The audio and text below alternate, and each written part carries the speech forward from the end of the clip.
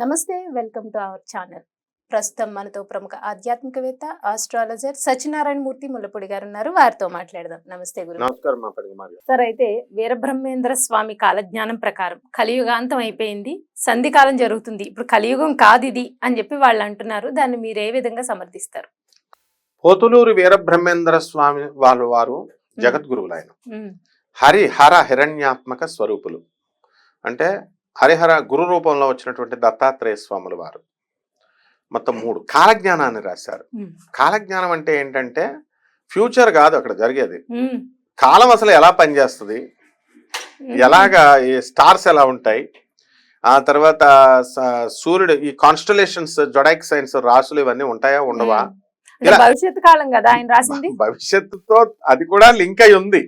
అంటే ఖగోళ శాస్త్రాన్ని దృష్టితో చూశారు. ఉదాహరణగా ఆయన జగద్గురువులైన ఈయన వీరబ్రహ్మేంద్ర స్వాముల వారు ఏమంటారంటే, ఇప్పుడు కలియుగాంతం తర్వాత మొత్తం జలమయం అయిపోయిన తర్వాత మనందరం చచ్చిపోతాం, చాలా ఆత్మలు అవసరం, కొన్ని కోట్ల ఆత్మలు అవసరం. అందువల్ల మనందరం కూడా స్టార్స్ అయిపోతాం. స్టార్స్ అంటే ఎక్స్పాన్షన్ ఆఫ్ ద యూనివర్స్ చేస్తారు అని చెప్పారు. అంటే సృష్టి ఎక్స్పాండ్ అవుతుంది, వ్యాపిస్తుంది. అప్పుడు దేవుడికి కొన్ని కోట్ల ఆత్మలు అవసరం, మనందరం కూడా స్టార్స్ అయిపోతాం అన్నమాట అప్పుడు. కాబట్టి మీకు డౌట్ రావచ్చు, ఎలా స్టార్స్ అయిపోతామండి అని. ధ్రువుడు తపస్సు చేస్తే ధ్రువ పదం ఇచ్చారు, స్టార్స్ అంటే చాలా హైయెస్ట్. తపస్సు చేశాడు కాబట్టి మనం కూడా కలియుగ సంధి కాలంలో మనకి పశ్చాత్తాపాలు వచ్చేస్తాయి. వచ్చేసి మహాపురుషుడు అయినటువంటి వీరభోగ వసంతరాయలు వారు మనసును మార్చేస్తూ ఉంటారు. చెప్తాను అదంతా కూడా. పోతులూరు వీరబ్రహ్మేంద్ర స్వాముల వారు కాలజ్ఞానం భవిష్యత్తును కూడా చూసి రాశారు, బాగుంది. అయితే ఇప్పుడు కలియుగంలో రాహు పరిపాలిస్తున్నాడు కాబట్టి ఎవరు ఏది యూట్యూబ్ లో ఏది చెప్తే అదే నిజం అనుకుని కన్ఫ్యూజ్ అయిపోయి ఏదికి తెలీదో ఏది కరెక్టో తెలియక కన్ఫ్యూజన్ స్టేట్ లో ఉన్నారు. ఒక ఆయన అయితే నాకు నవ్వొచ్చింది, ఒక యూట్యూబరు, వాడి వయసు 30 సంవత్సరాలు కూడా ఉండదు, 24. వీరబ్రహ్మేంద్ర స్వామి వారి కాలజ్ఞానం అంటే ఏంటనుకుంటున్నారు? జస్ట్ ఇంతకు ముందు 2G ఫోన్ ఉండేది, తర్వాత 3G, తర్వాత 4G వచ్చింది కాబట్టి 5G వస్తుందని చెప్పారు. దిస్ ఇస్ అంతే. వీరబ్రహ్మేంద్ర స్వామి ఇంకా గొప్ప ఏముంది, 5G వస్తుందని ఎస్టిమేట్ చేసి చెప్పారని ఏదో మామూలుగా లౌకికవాదని చెప్పినట్టు చెప్పారు. తప్పు. వీరబ్రహ్మేంద్ర స్వాముల వారు 1962వ సంవత్సరంలో అష్టగ్రహ కూటమి వస్తుందని చెప్పారు. వచ్చింది. ఆ రోజున వీరబ్రహ్మేంద్ర స్వామి వారి మఠంలో గంటలు వాటంతటికవే అర్ధరాత్రి 12 గంటలకు మోగుతాయి అన్నారు. మోగినియ్యి ప్రపంచం అందరికీ తెలుసు. అక్కడున్న గుళ్ళో పంతుళ్ళు భయపడిపోయారు, భక్తులు భయపడిపోయి బయటకు వచ్చేసారు. 1 కిలోమీటర్ గట్టిగా సౌండ్ భరించలేకపోతున్నారు. 1 కిలోమీటర్ దూరం వచ్చేసారు. ఇవన్నీ కూడా పేపర్లు పబ్లిష్ చేసినాయి. అప్పుడు మనం ఇంకా పుట్టలేదు.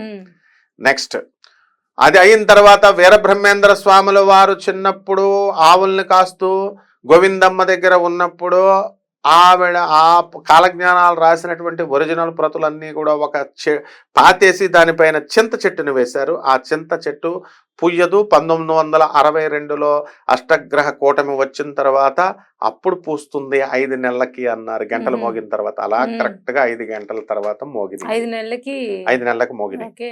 ఇది చింత చెట్టు పూసింది.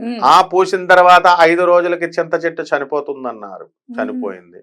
ఆ చనిపోయినప్పటి నుంచి కలియుగాంతం అయిపోతుంది అన్నారు. అయిపోయింది. ఇప్పుడు సంధి కాలం జరుగుతోంది. దీన్ని సపోర్టివ్ గా నేను చెప్పగలను. ఎనీ పండితుడు, నేను అధర్వణ మీద పండితుడిని, బెజవాడ దేవస్థానం గురువుల దగ్గర పెరిగినటువంటి వాడిని. ఈ స్టోరీ చెప్పేది వీరబ్రహ్మేంద్ర స్వామి వారి కాలజ్ఞానం. దేవస్థానం బనగానపల్లి వీరబ్రహ్మేంద్ర స్వామి మఠం వాళ్ళు ధృవీకరిస్తారు. వాళ్ళ దగ్గర ఒరిజినల్ ప్రతులు ఉన్నాయి కాబట్టి ఆ ప్రతుల్లో ఉన్నాయి, వాళ్ళు చూపిస్తారు కూడా. ఏ విధమైన సందేహాలు అవసరం లేదు ఇందులో. ఇకపోతే ఎలా మనం సపోర్ట్ చేయొచ్చు అంటే, కాశీలో జరిగేటటువంటిది ఇప్పుడు కలియుగమే. అదే కలియుగం కాదు, కృతయుగమే. ఎందువలనంటే కాశీలో చాగంటి కోటేశ్వరరావు గారు ఉపన్యాసాలు కూడా ఉన్నాయి, చూసుకోండి కావలిస్తే. శివపురాణంలో చెప్పబడి ఉంది ఇదంతా. కాశీలో మనములు సృష్టి నిర్మాణం చేసిన తర్వాత ఇలాగ ప్లేన్ ఉంది, ఇలాగా ఒకే ప్లేన్ మీద భూమి ఉంది.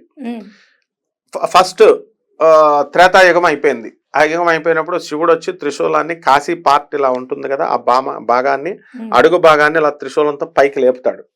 కిందదంతా మిగతా భూమి అంతా కూడా జలమయం అయిపోయింది. మనం నీళ్ళలో చచ్చిపోయాం. మళ్ళీ కొత్త సృష్టి చేసిన తర్వాత కాశీ పరమేశ్వరుడు త్రిశూలాన్ని కిందకి దించుతాడు. దించగానే భూమిలో కలిసిపోయింది. వీళ్ళకి మాత్రం కృతయుగమే. నెక్స్ట్ రెండవది మళ్ళీ త్రేతాయుగం మనం చేస్తున్నాం. త్రేతాయుగం తర్వాత మళ్ళీ శివుడు పైకి లేపుతాడు. మళ్ళీ త్రేతాయుగం, మళ్ళీ అలా ద్వాపరయుగం, మళ్ళీ అలా కలియుగం. ఇప్పుడు అందువల్లనే కాశీలో ఎవరు సంకల్పం చెప్పినా బుద్ధిమంతుడైనటువంటి వాడు జ్ఞానుడైతే మాత్రము వాళ్ళు ఏం చెప్తారంటే కృతయుగే ప్రథంపాదే జంబూద్వీపే భరతవర్షే భరతఖండే మేరోహ దక్షిణ దిగ్భాగే అని కృతయుగాన్ని మాత్రమే సంకల్పంలో చెప్తాం, కలియుగం చెప్పం. ఆ విధంగా వీరబ్రహ్మేంద్ర స్వాముల వారు ఇది సంధికాలం జరుగుతోంది. ఇప్పుడు సంధికాలం ఎన్ని సంవత్సరాలంటే ఇప్పటి నుంచి 1960 1000 సంవత్సరాల పాటు జరుగుతుంది. ఈ 1000 సంవత్సరాలు సంధికాలం అన్నారు. మనం అందరం కూడా స్టార్స్ అయిపోతాం. బాగుంది. తర్వాత ఇప్పుడు జరగబోయేటటువంటి పరిణామాలు ఏమవుతాయంటే మనకి ఇప్పుడు 7వ మన్వంతరంలో ఉన్నాం మనం. 8వ మన్వంతరం వస్తుంది. ఈ 8వ మన్వంతరంలో బలి చక్రవర్తి ఆయన ఏమవుతాడంటే ఆయన ఇంద్రుడు అవుతాడు. ఇప్పుడున్న ఇంద్రుడు డ్యూటీ దిగిపోతాడు, చనిపోతాడు ఆయన. నవమ బ్రహ్మ ఆంజనేయ స్వామి వారు, ఇప్పుడున్న బ్రహ్మ సరస్వతిదేవి భర్త బ్రహ్మదేవుడు చచ్చిపోతాడు మనలాగా.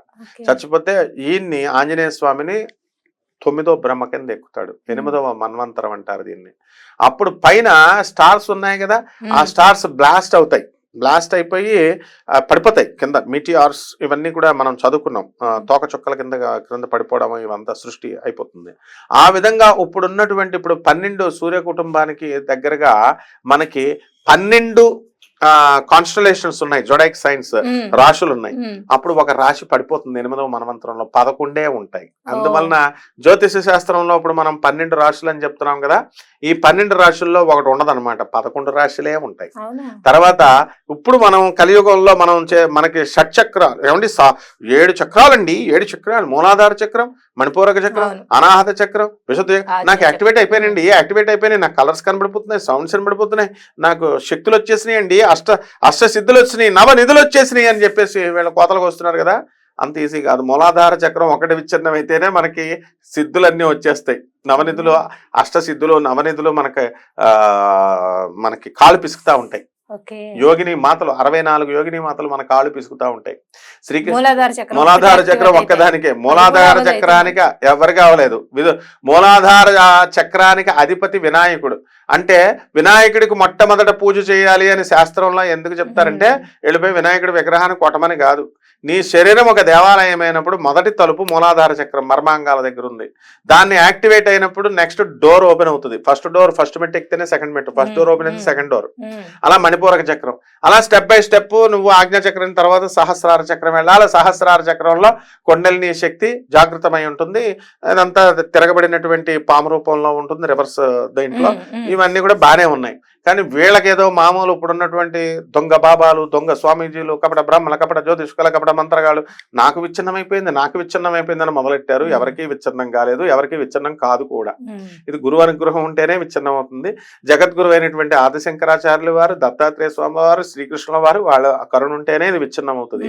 ఇది విచ్ఛిన్నమైతే మనం ఏది చెప్తే అది మనం చేయొచ్చు అనమాట. నెక్స్ట్ శ్రీకృష్ణ పరమాత్మ ఆజ్ఞాచక్రాన్ని యాక్టివేట్ చేసుకునేటప్పుడు రాధమ్మ తల్లిని పక్కన పెట్టుకుంటే సాల్వుడు అనే రాక్షసుడు ఇది అదునుగా చూసుకుని శ్రీకృష్ణుడిని చంపేద్దామని చూస్తాడు. వాడు పరమేశ్వరుడి దగ్గర వరం పొందాడు. ఒక కొత్త స్వర్గం లాగా ఒక తిరిగేటటువంటి విమానాన్ని పొందుతాడు వాడు. ఆ శివుడు వరమిచ్చాడు కాబట్టి శివుడు కృష్ణుడిని చంపడానికి వస్తే పార్వతీదేవి త్రిశూలమే సాపుతుందన్నమాట. ఇవంతా కూడా రాధాదేవి సాక్షిగా ఉంటుంది.